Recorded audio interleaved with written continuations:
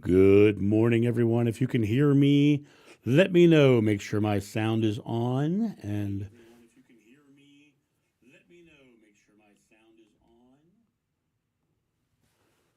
we'll see how obviously it is because it's coming through my other monitor as if it's on. So there you go.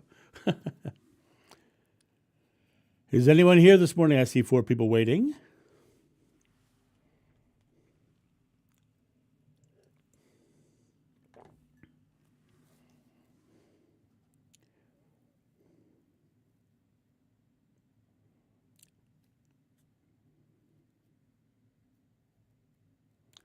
And I'm here. If you can hear me, let me know. I'm just making sure my sound is coming through to you guys.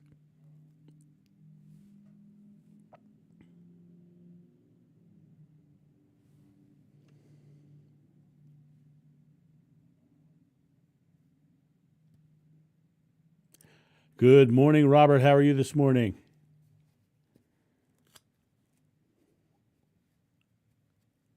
Hello, Dishes and Stitches. Great name. Good morning.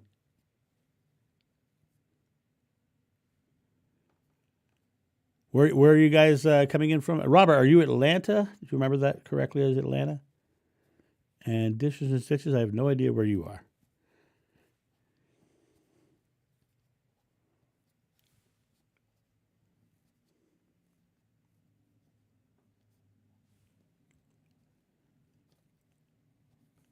Well, thank you, Robert. Thank you.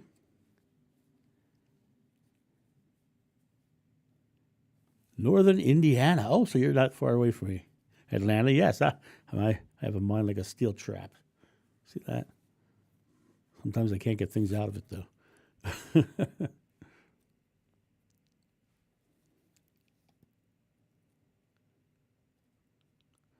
Got 7 people watching now. Good morning, everyone, and welcome to the live stream. We'll be starting in obviously 2 minutes and 36 seconds.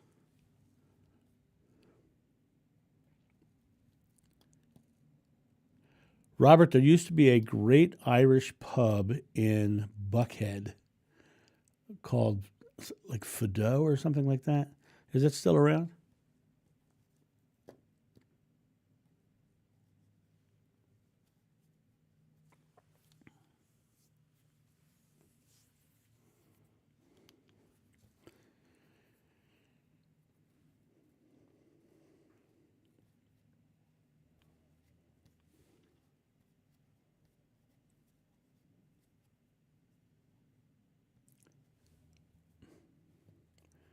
And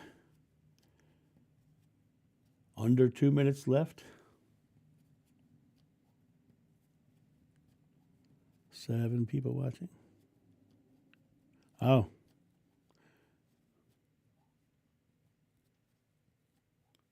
Texas is in the house. Good morning, Donna Davison. How are you? Oh, no. Yeah, did the tornado hit your house last night or recently?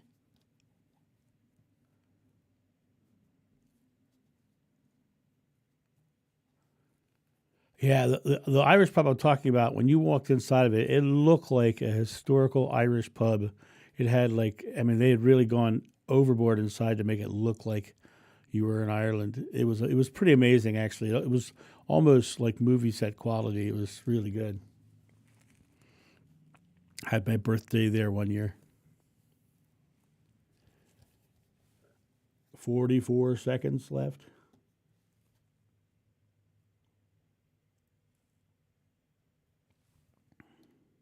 Hello there, Mel. How are you? And welcome to the live stream.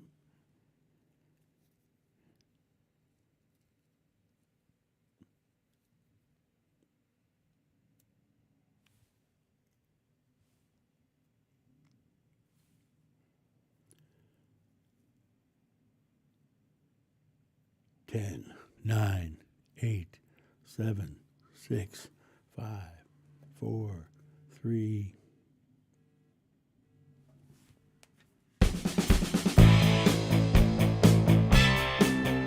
Welcome to the Live Loving live stream with John Davis.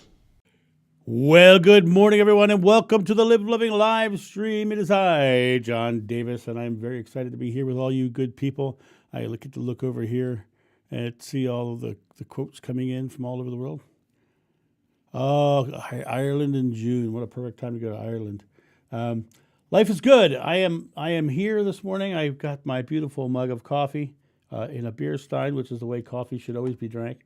And I'm excited about just diving in and having a good talk with you guys this morning. Of course, we're going to start out with a good story. So young Ethan and his family moved to a new town. And the town was a very Christian town, and the only school available for Ethan to go to was a Christian school. And he had never been to a Christian school, and his first day at a Christian school, he went in. His early classes went fine. Everyone was just as kind as they could be. Then lunchtime came around, and he went to the cafeteria. And he went and he got his food on his tray, and he went to his table. And on the center of the table was a bowl filled with fruit. And next to that bowl of fruit was a sign that said, "Take only one. God is watching." So he chose his perfect piece of fruit, set it on his tray. He sat down, and he looked to his right, and there on the table was a giant heaping tray of cookies. But there was no sign. And he looked around. He didn't know what to do, and he looked around again. Suddenly he heard a voice going, "Psst, psst." And he looked around again, looked over, and suddenly saw another student sitting there. And the student was not catching eye contact, keeping his eyes straight forward, going, "Psst, psst." And Robertson gave him the quizzical look, like, what? And the other student says, "Take as many as you want. God's watching the fruit." And that is my laugh of the morning. I read that this morning, and it made me chuckle, so I thought it was good. Oh, Donna, I'm so sorry about the tornado. Just 2 weeks ago, you are here, and you have all the tools you need, and you have all the emotional support of this group, and me as well. And that's terrible. That's a terrible thing to have a tornado come through and do such damage. So I hope you guys are having a good day. It's been a really good day for me. Hang on, let me switch over to my other camera here. Makes it easier for me to actually see the screen over here to my other side. It's been a very interesting couple weeks for me. I've had a lot of travel, a lot of running around, a lot of dealing with the passing of my godparents, and a lot of different things. And I really feel like I'm coming back into my my groove today. I got up this morning, and I helping my son with a school project of his, and then he only has my son, who only has like 3.5, 4 weeks of school left, and then he graduates, and I feel like a very older man this morning. Good morning, A lady. Wonder if B lady's coming today. Lovely. I wanted to. On the membership site, there's a one of our friends over there, Nina, said something to me on a comment that I thought was really interesting. She was she was commenting on a video about manifestation, about what you create into your life, and one of the things she said was, she says that she just basically, she says this is going to happen, and then she doesn't even think about it again. She doesn't expect it. She just declares that it's going to be, And I wanted to comment on that today, because that's exactly how it works for me as well. I find that if I get into expectation and planning and all that stuff, then it doesn't happen nearly as quick. And I really believe it's the expectation and the planning and all that stuff is literally declaring it's not happening in the present moment. I think you need to stay very clear in the present moment where you are. No, this is happening. Just let it go. Because the letting go is where the faith is. And the Bible says, whatever you ask in God's name is granted if you have faith. It's your faith And the way you ask is through your faith, through your belief. And a lot of times we'll start planning ahead and start doing all that stuff, and we'll lose the fact that we have to have faith first. And so I would say absolutely, daydream and create the things that you want into your life, but don't get so deep into it that you are subconsciously declaring or forget that it's happening, because that it's the idea of just saying, no, this is happening. I expect that it will happen is not a full-blown faith statement. It is happening is a present moment faith statement. And I find that when I'm very clear on that, and I release it, I often tell the story about the time I was in a deep conversation about something, but I had to remember the name of an actor, and I couldn't remember the name of the actor, and I was like, I can't remember the name of the actor. I'm like trying to figure out, movies I saw him in, and I'm like going through the whole process of, I knew I was going to get the name. But I had to figure it out. And then I realized that what I was doing was that I was trying to figure it out, and then I was using my methodology of trying to figure it out rather than just saying, I am remembering Sean Penn, which is exactly what happened next. I said, what am I doing? I am remembering Sean Penn, and his name popped right out of my mouth. And that's the point of it, is it's not about all the stuff and all the extraneous stuff that you'll do afterwards, because that's not living in the present moment time frame. You have to stay very, very present if you want to create something into your life. You have to stay very, very present. Say, this is just happening. And then live very present and stay in the very present moment, and then it happens.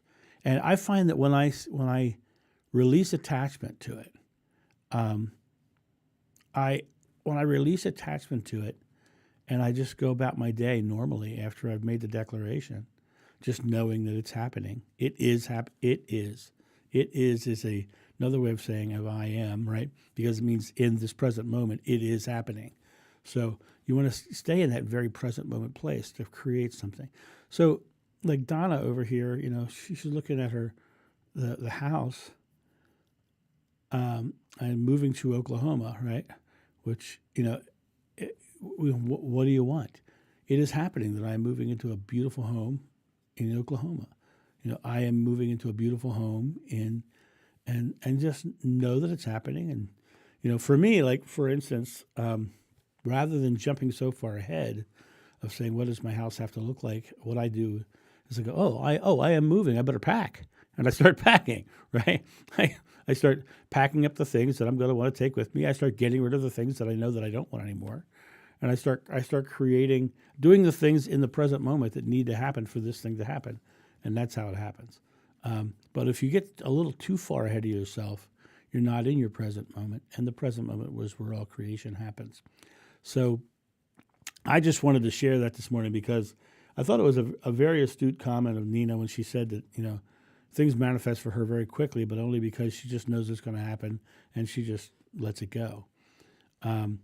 So why don't you guys tell me a little bit about your manifestations and things that you've created into your experience, or any other question you may have. Now is the time to drop it into the chat board over here, which I have right there, right next to my camera here. So let me know. Easier to create new things than old things that didn't happen. Correct. That is another thing. A lot of people, when they try to create something into their life, they create from their subconscious belief. Things they go, well, I don't want this anymore, or or they'll say stuff like, if they're been struggling for money their entire life, I don't want to struggle. I am not struggling anymore. Well, you're focusing on struggle, and it means you have faith in that struggle. I am creating a new and joyful life. I am creating an abundant life. I am receiving, the income that I need, the unexpected income I need, the abundance and even need. Take the word need out of that. I am receiving abundance. Period. The word wanting, needing, hoping, trying. I talk about them all the time. I am receiving more than I will ever need. And that's the way. That's as long as you believe that, then it'll come into pass. because that's the important part of it. But you have to get present. If you're focused solely on the things that have happened to you in the past, then you're just going to create the same again.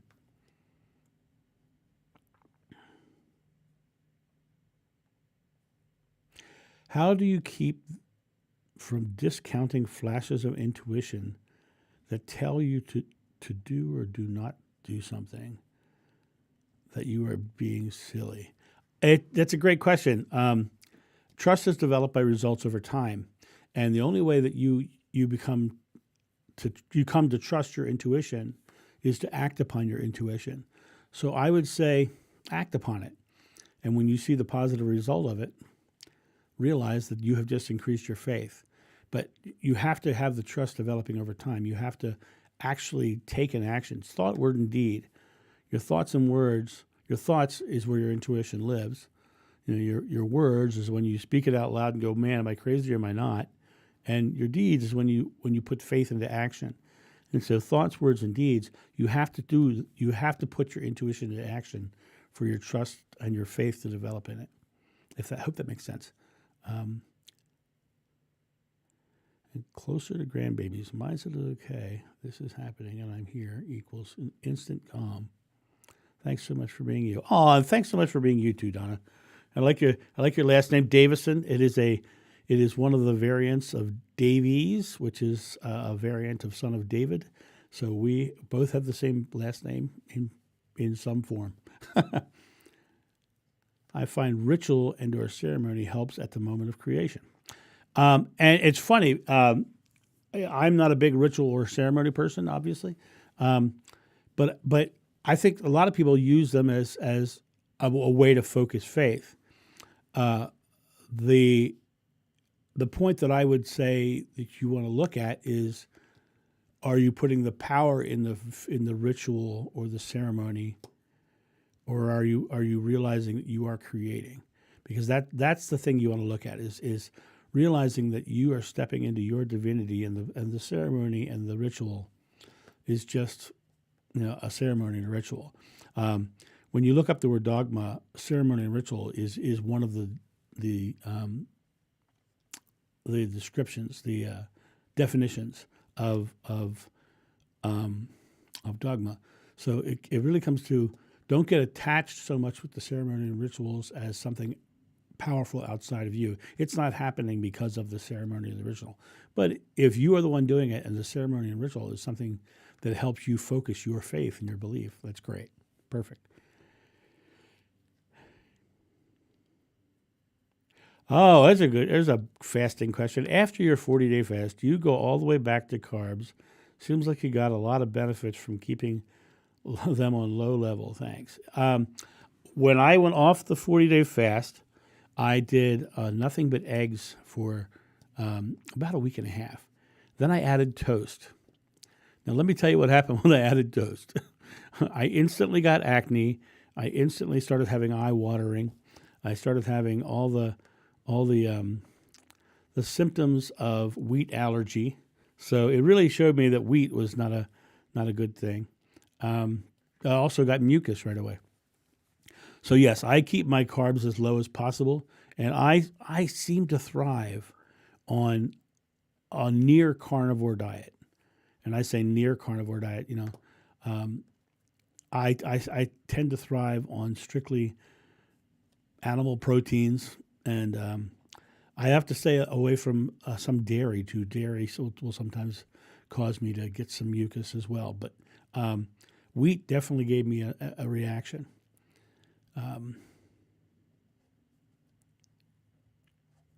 And Mary Meyer, exactly. My joints instantly start having problems. It's funny, I have one finger that has a little spot of arthritis on it. I don't know if you can see it here or not. A little lump there, right there. It was almost completely gone during the water fast. When I ate the bread, it was back in 6 hours. So very interesting how it came to be. These earbuds in my ear make my ears itch when I do this. But yeah, I feel great. I still feel great. My sleep has been good. Um, but the wheat, adding the wheat and the grains back in really was not a good choice. So I am very low on grains again, and still eating a lot of eggs and meat. And but the one thing, the elixir of life, the thing that I will never let go of again, is my coffee. Thank you very much. I bow at the altar of Juan Valdez. So, what else you guys want to talk about this morning? We're just getting started. It's only 15 minutes in, so let me know what your thoughts are, and let's dive in further. I have videos in queue on the channel for the next 8 days. I have 10 more topics in the queue to make videos for. An expression of gratitude can be quite fulfilling and fun. Yeah, it's funny you say that. When I talk about manifestation, I too have a prayer formula that I use. And for me, it's strictly because it helps me define the present moment. It helps me declare the present moment. It helps me get very present. And you've probably heard me say it before. I start with thank you.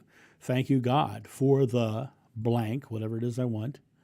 Thank you, God, for the unexpected income I am receiving. Amen.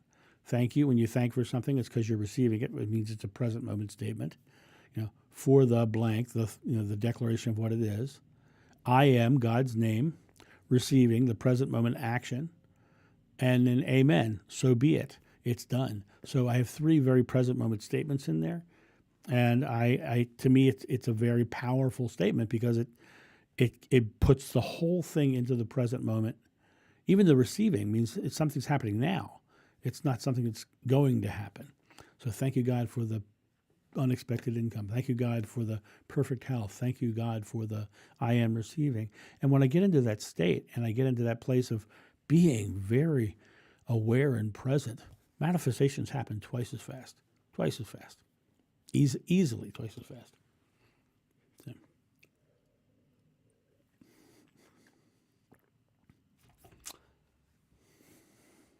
So, quick coffee question. Pre-ground or grind them as you make your pot of coffee? Which state of consciousness is closest to God? Conscious self, subconscious, or highest self? Interesting question. Overthought question. You're never away from God. There is never a distance from God. God is with you at every present moment, no matter what conscious state you're in. The only difference in those different states is awareness. Are you aware of it or not? But God is never separate. God is never far away. God is always with you. In fact, if you look outside right now, look with your eyes, everything you see is God. Your hand is God. We know that because it's pure energy. It's a pure energy event. You're never alone. You're never separate. You're never far away. You're always within and as one. And when you're within as one, the only thing that makes you feel separate and alone or looking for what's closest is the fact that you're consciously in this physical place and you're experiencing that separation. Thank God you are too, because that's what helps you discover the reality of what God truly is. Espresso instant with cocoa cream and coconut oil. I grind. Yeah, nice. As a Kona girl, nothing else will ever do. There you go. The consciousness question is a good one because, I was explaining to somebody the other day when I would go to bed at night, I am very aware of the various states of consciousness I go through as I go to sleep. I lay in bed and I'm in bed and I'm thinking about the day. I'm thinking about the things that happened. And I realize that my consciousness is very present in the room. And then the next phase that happens is I come to this space where I'm very aware that I'm in my body, and I'm looking at the inside of my eyelids, and I'm in my body, but not of my body. And I experience that every night before I go to bed. And then the next thing that happens is I start to see colors, and I know that I'm moving past the in the body, in the room state, and into the more subconscious or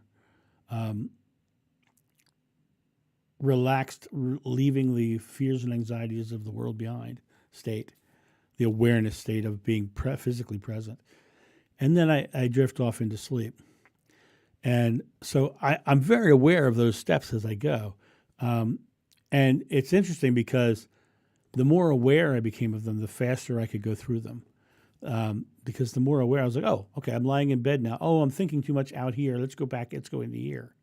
And I actually shift myself into, okay, now I'm just looking at the inside of my eyelids. And then I realize I'm inside my eyelids and I'm inside this form, not of this form. And so I can actually take myself to sleep very, very quickly. Used to make my ex-wife really mad because I could get into bed and I could be asleep in 20 seconds. And, and for her, it was like another hour before she fell asleep. Yeah, I grind every cup of coffee that I drink because I like coffee and I want my coffee to be fresh ground. And I think that the actual waiting to grind it, the bean is holding more of the flavor inside. It's kind of like a little wrapper around the goodness. So I hope that answered your consciousness question, Donna. And if you have more questions about that, let's keep going on that one. That's a fun topic. I find that the more I explore my levels of consciousness, the more I understand the oneness. And when someone asks me a question like, what is the closest? What is the closest to God? Which state of consciousness is the closest to God? That's a very physical world construct because closeness and separation are physical world beliefs. It's just like time, the past, the present, the future. Those are present moment. Those are physical world constructs that don't really, in my mind, exist on the other side. So, and beer! Exclamation point. Well, an interesting thing. I have never in my life liked beer, and now that I'm having this reaction to wheat, I understand why I don't like beer. That state of just barely waking, good for. Well, it's a transitional state. It's interesting. I know that if I'm having a dream that is a negative dream, everybody wants to dig deep. For me, if I have a negative dream, it's because I'm too hot. And so I come out of it. I'm having a bad dream. Throw a cover off of me and I'm fine the rest of the night. But the state of just barely waking, good for. When I wake up, this is actually kind of interesting. When I wake up, the first thing I do is I say, stay still. Stay still. Don't snap up like, oh my God, I'm here. I got to do stuff. I got to jump right. Stay still. Let it happen easily. Start your day with ease. Because you start your day with ease, your day goes easy. You start your day with frenetic energy and anxiety, you've created an anxious day. So I wake up, I go, I'm in bed. This pillow feels so warm and good. And I acknowledge the good things that I'm feeling and experiencing. And then I go, okay. My consciousness becomes more present. I go, what do I have this morning? What do I have to do? What's the schedule look like? Oh, I don't have anything for 3 more hours. Snooze button, right? Because I like sleep, right? Or I'll get up and I'll slowly walk out. I find that when I jump out of bed anxiously, I'm grumpy in the morning. But if I take my time and go easy and don't talk and just go out and make my coffee and take it an easy morning, then my day happens much easier. Beer and fruit juice, half and a half. Learned it in Germany. You know what I learned in Germany? Glühwein. I love Glühwein. The Christmas markets and the hot red sweet wine. Oh, so good. Low carb since February 1st and feel great. Been practicing mindful eating too. That's beautiful. Beautiful. I find, I think that there's not one diet for everybody. And I think that the people who claim that you have to diet the way they do are just zealots. My next door neighbors over here, they're in their 80s. A couple years ago, they went all plant based, all vegetarian, and they are thriving on it. When I go plant based, all vegetarian, I get weaker and colder and sicker. But when I eat meat and eggs, I feel great. So I don't think there's one diet for everybody, and I think it's kind of I don't like the word ridiculous, but I think it's almost ridiculous to dictate what somebody else should eat by what works for you. Glühwein. I enjoyed the Christmas markets. When I did my USO tours, I was in Germany on the first tour and the second tour, so I spent a lot of time in Germany. And luckily, the one was definitely over our Christmas. Have a great story about a Bavarian biker group. I don't like gang because they were just a biker club who I had New Year's with, and big giant guy made me look tiny. Said, I love this guy, and he proceeded to get me intoxicated. It was a very interesting time. Were you with the military, Mary?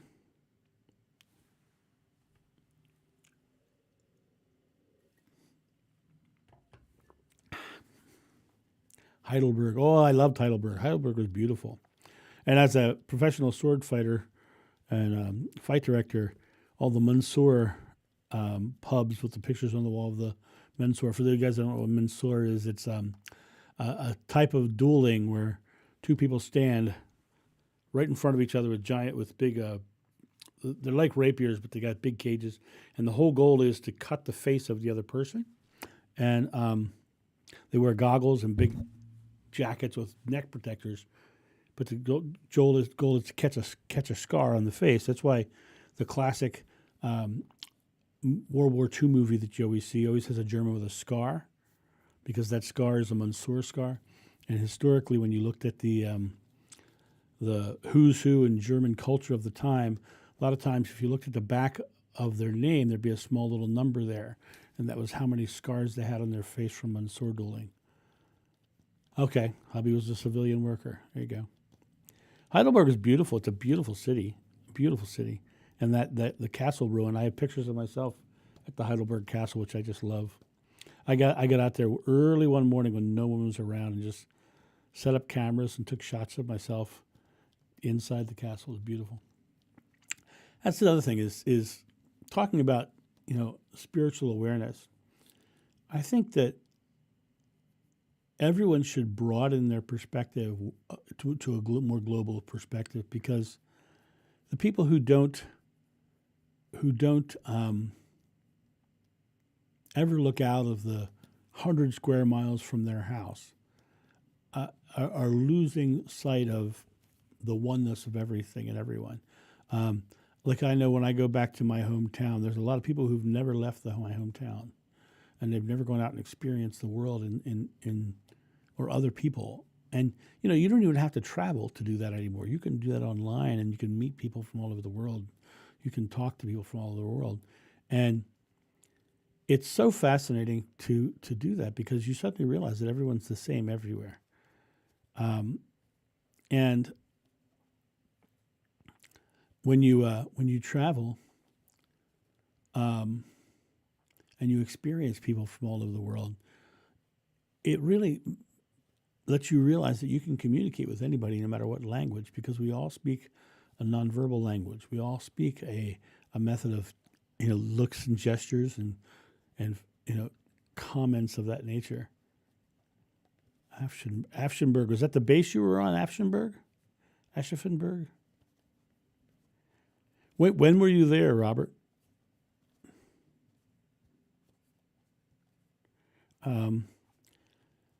I brought a comedy sword fighting show to pretty much all the bases in Germany that we could hit. Plus, we also went to Shape, and that was 2001 and 2002. Okay, yeah, you were gone by the time I got there. Yeah, for me, Egypt was a wonderful experience. Israel was a wonderful experience. Actually, Jerusalem was the most tense experience I ever experienced.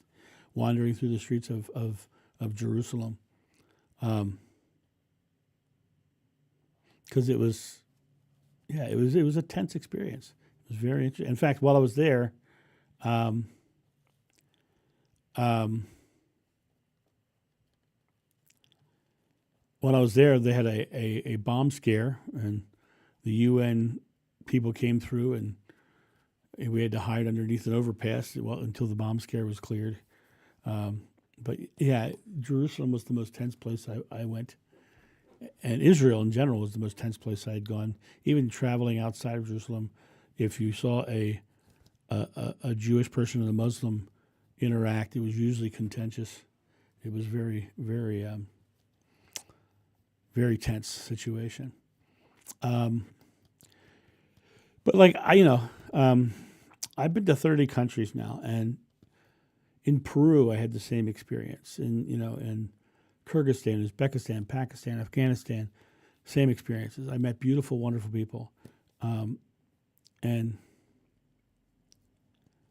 so when I look at the experience of our world, and we're all human, I often ask my audiences when I traveled, what's the most important thing to them? And the number one answer was always family. Family was the most important thing for everybody in the world. And so it comes down to us all broadening our perspective,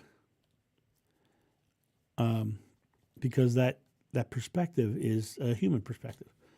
So what other questions you guys have for me? Let's keep going. Let's sip my coffee again.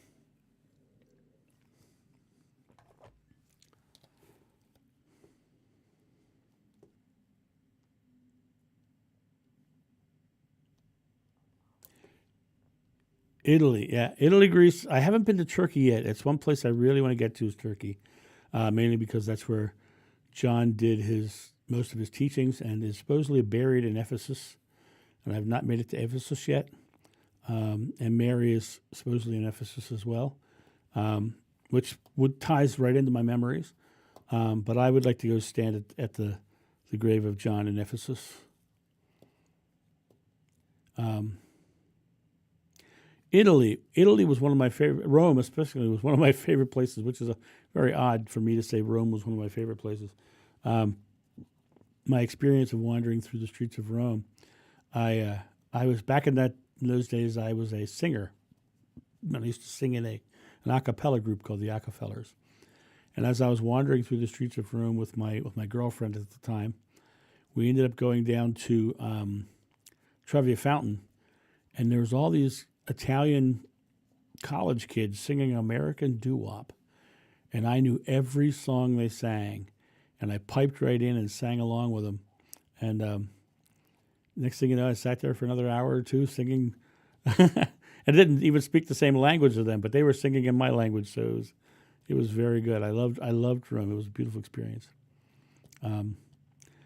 But the idea of all this is that you travel the world and you experience these places and you come back and go, wow, I love that place.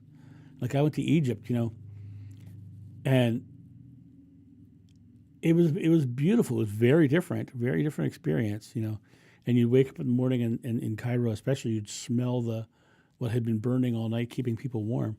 But that smell had a unique smell, and you were like, oh wow, it's just unique.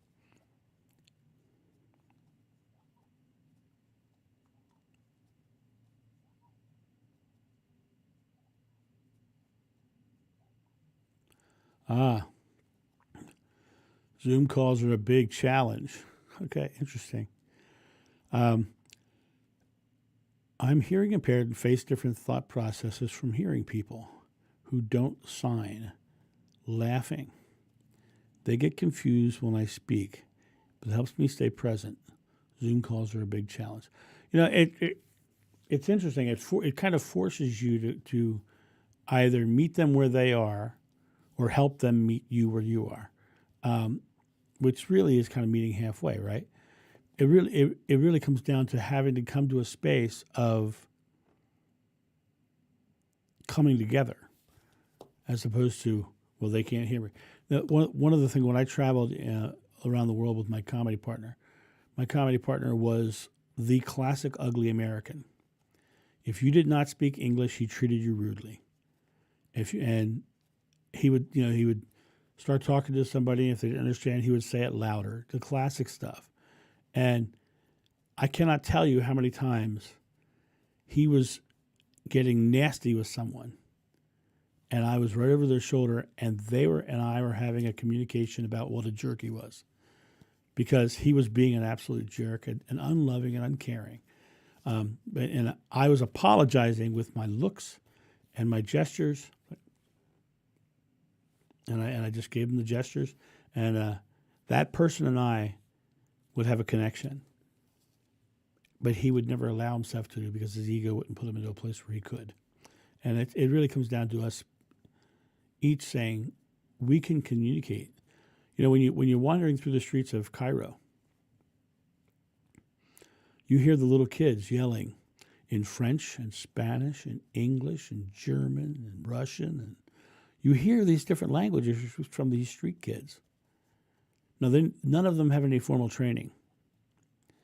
They learned how to speak those languages in the streets, talking to people, communicating with people, right? And it comes down to us opening ourselves up to being able to figure it out. And sometimes it's like, you hold something up and you say, phone, and they give you their word for it. Actually, tourism in Egypt is huge. Actually, it is their only real source of income. They don't have oil, and so it is literally. And they're so protective of it. They have their own tourist police, and what the tourist police are is they are there to protect the tourists from being ripped off by locals. And it's interesting because it actually says tourist police on their shoulder when you're there. But you can learn simple words like shukran, means thank you. You can learn those little words, and they appreciate you making the attempt, right? You also very quickly learn the word bakshish in Egypt, which basically means tip, give me money, right?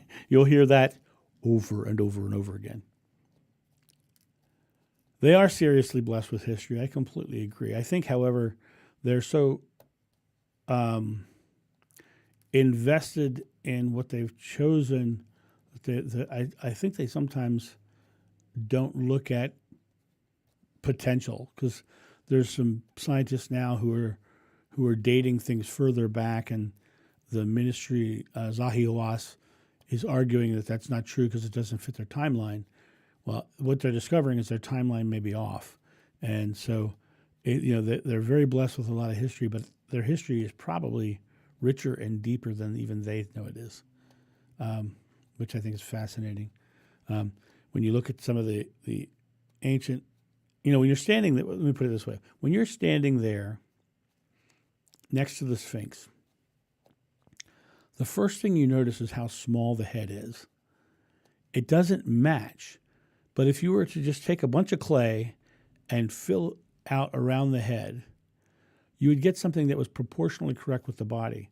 So you have to wonder whether it was carved out of something larger to match.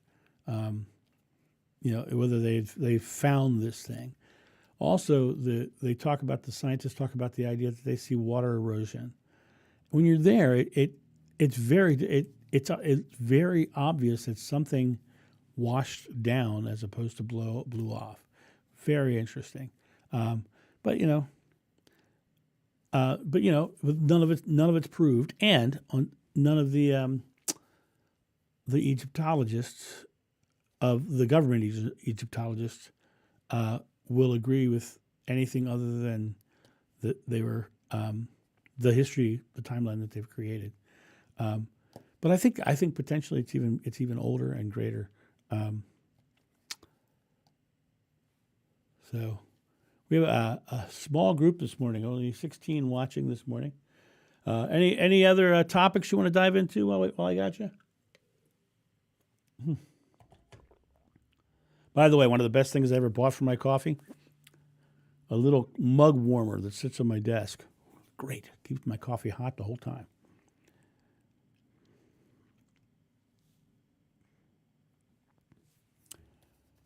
Not a lot of questions this morning, I see. Any topics you want to dive into? Maybe we'll end a little early this morning. I'll go make another cup of coffee.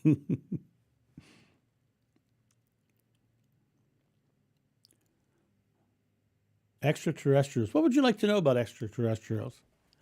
People often ask me about extraterrestrials because of how's that tie in with Christianity and so on and so forth. It doesn't tie in with Christianity, but I don't necessarily believe in Christianity. So extraterrestrials. So let's talk about that. God is unlimited. Who's to say we're the only planet that God created, or is it within God? There's lots of schools of thought. I believe it would be ridiculous of me to think there wasn't life out there in all this vastness, and I think it's also ridiculous to think that they can't get here, because scientists these days say, well, they can't get here because of the vast distances. Well, scientists only go from empirical evidence, so they can only go from the level of technology that they currently have. But if you think about this, my grandmother was born the day the Wright brothers first flew in 1903. And right now, we have robots on the face of Mars. So in my grandmother's life to my life, in the last 100 years, we've gone from paper biplanes to robots on Mars. That's just 100 years. So what if there's a civilization that was 5,000 years ahead of us? What technology might they have? It would be ridiculous to think in the terms of everybody in the universe has got to be at the same level we are.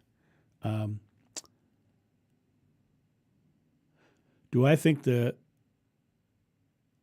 extraterrestrials were in the Torah, the Bible, or other religious books? You know, if you look at a lot of the Torah and the Bible and religious books, let's talk about the Torah and Ezekiel's wheel. Ezekiel's wheel, a big spinning wheel of fire came from the sky, and Ezekiel rode in the wheel. You know, went out of space, off the world. There's a whole bunch of things that could have been interpreted that way. I don't know, so I don't have those memories or that experience. But do I think it's absolutely possible? Absolutely. Do I think it's possible that the spiritual encounters that people experience with people, angels coming from the sky, could have actually been extraterrestrial? Absolutely.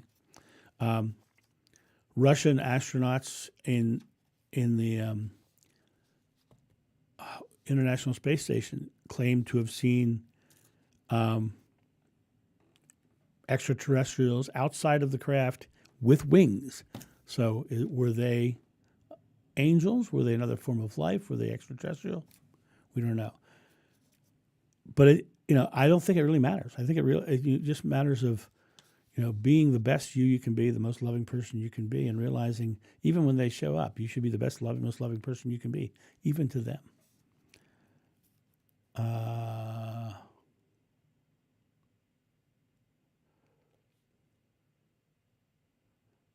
Like even in the Bhagavad Gita, they talk about Vimanas and all kinds of things from the sky.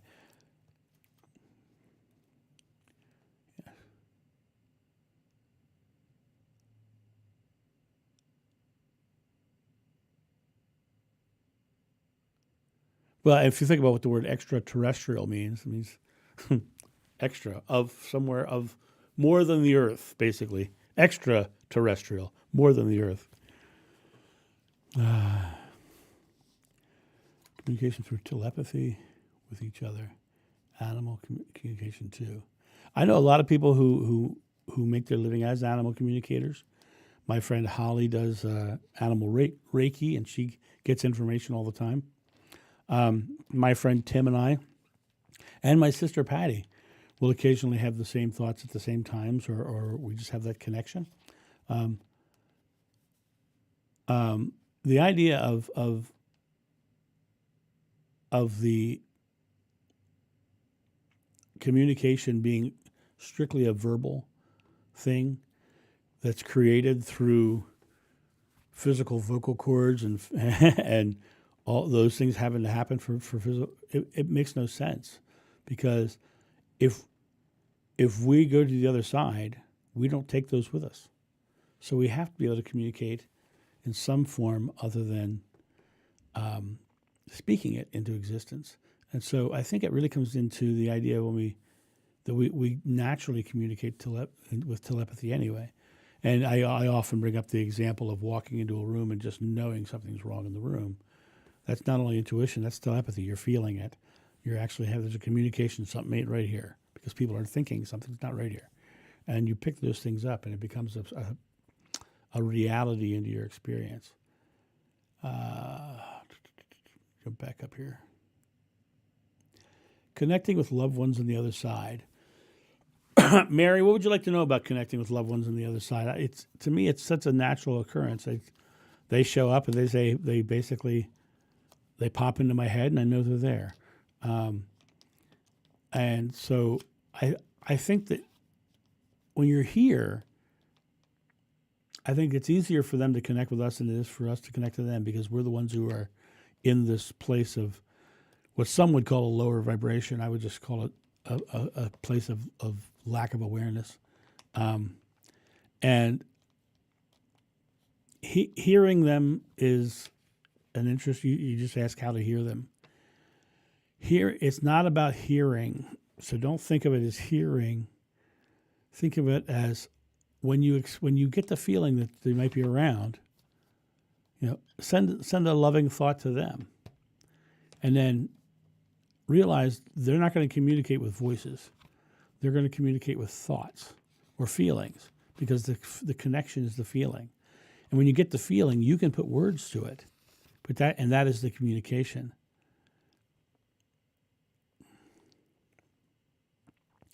My dad came to me while I slept. Talk to me, still around us, that it was realer than real, how I describe it. Absolutely. My cousin Carlos came to me to deliver a message to his mom for the exact same. And when I crossed over, I was there, and I know that it's realer than real over there.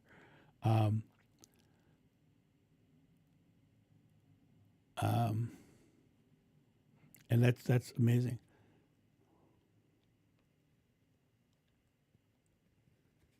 What do I think about Swedenborg's theological writings? I actually don't know anything about them, so I'll have to look and write that down so I can research that.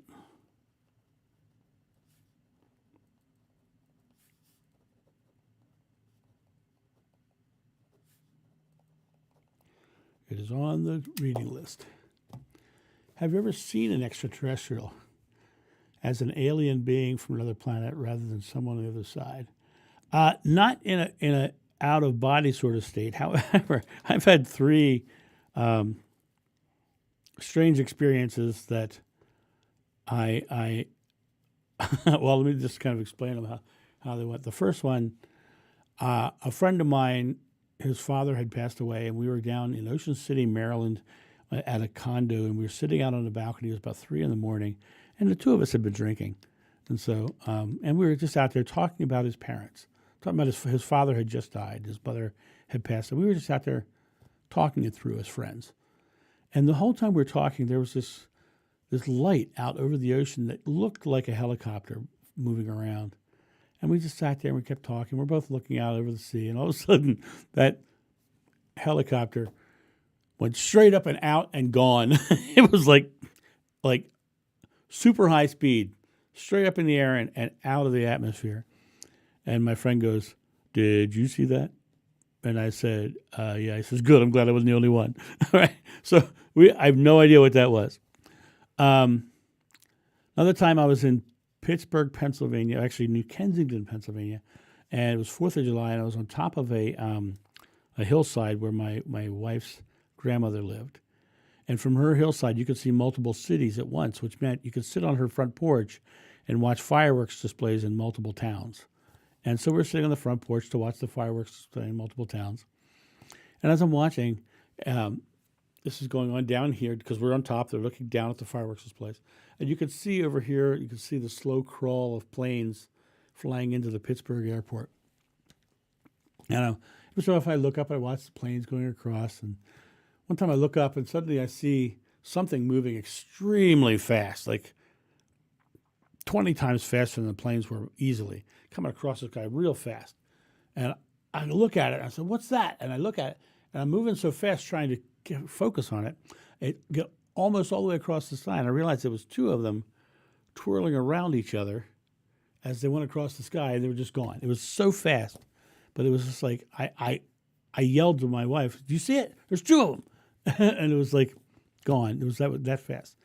But the big one for me was I was in my house in Rehoboth Beach, Delaware, and my mother's house was on a road called Airport Road, and I was there on Airport Road, and my room was upstairs in the house. My upstairs room had a window that went out onto the roof, and I could sit in my bed and I could watch television, and my window was right beside me on my left, and it was a perfectly clear night, full moon in the sky.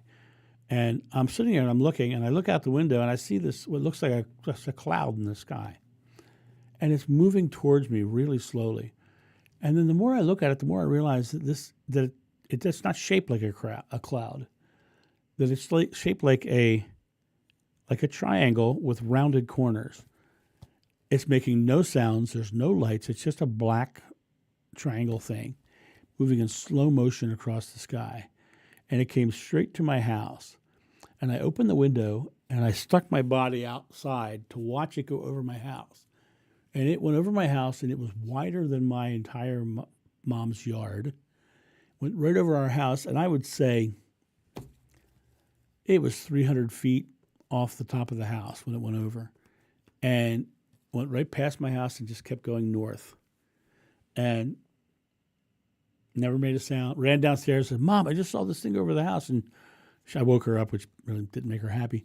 And she says, well, it was probably a rocket from Wallops Island. Well, it wasn't a rocket from Wallops Island. They launched a lot of satellites out of Wallops Island, Virginia.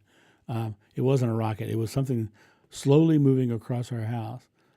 And to this day, I have no idea what it was. And I question whether it was something military, because directly north of my house, where in the direction that thing was moving, is the largest Air Force base on the East Coast, Dover, Delaware.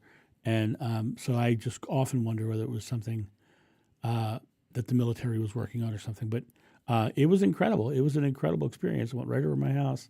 It was huge and giant, but no sound, no lights. Since then, I've seen the aliens crafts that they show in these shows that have the correct shape, but the lights shining from the bottom. But this had no lights whatsoever and no sound whatsoever. It was incredible, but I don't claim to know I know what it was. But it's happened to me 3 times, so very interesting. So what else you want to talk about? Yeah, I've had some strange stories in my life. I had a psychic one time tell me that that I was being checked in on, which I was like, okay, I don't know if that's something or not, but it didn't necessarily ring true to me, but it was definitely interesting. But I've never seen an extraterrestrial or an alien face or an alien being or body. So no, I've not. To answer your question, I've never seen that.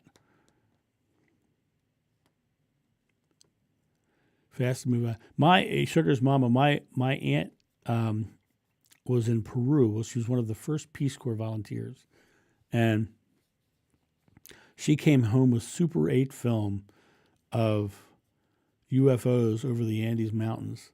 And, it was wiggly and just horrible. And basically there was nothing in there that couldn't have been just a light. But she said, she swore They would fly in, they would fly off, they would do right turns, they would do all this stuff, and she that's why she was videoing it, and she showed us them as kids. Pretty amazing.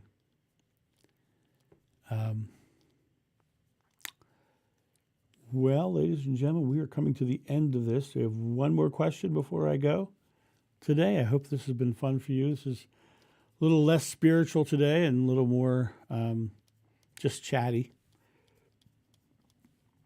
I'll try to get us a guest.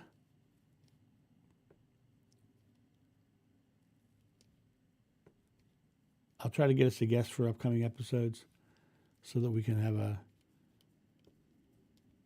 a better, not a better, but a more focused, I guess, spiritual conversation. Awesome sauce. Many of my friends use that phrase, awesome sauce. Awesome sauce. Well, thank you all. It has been lovely today. I hope you guys have had fun. And I keep hearing things pop in my ears saying somebody messaged, but I won't see it for a second. So I'm sure it'll come in. Thank you. All right, guys. You guys have a great day. And I will talk to you next week. And for those of you guys who don't know, in the membership site that we're every week we do a live Zoom call where we all get on camera and talk about all kinds of different things.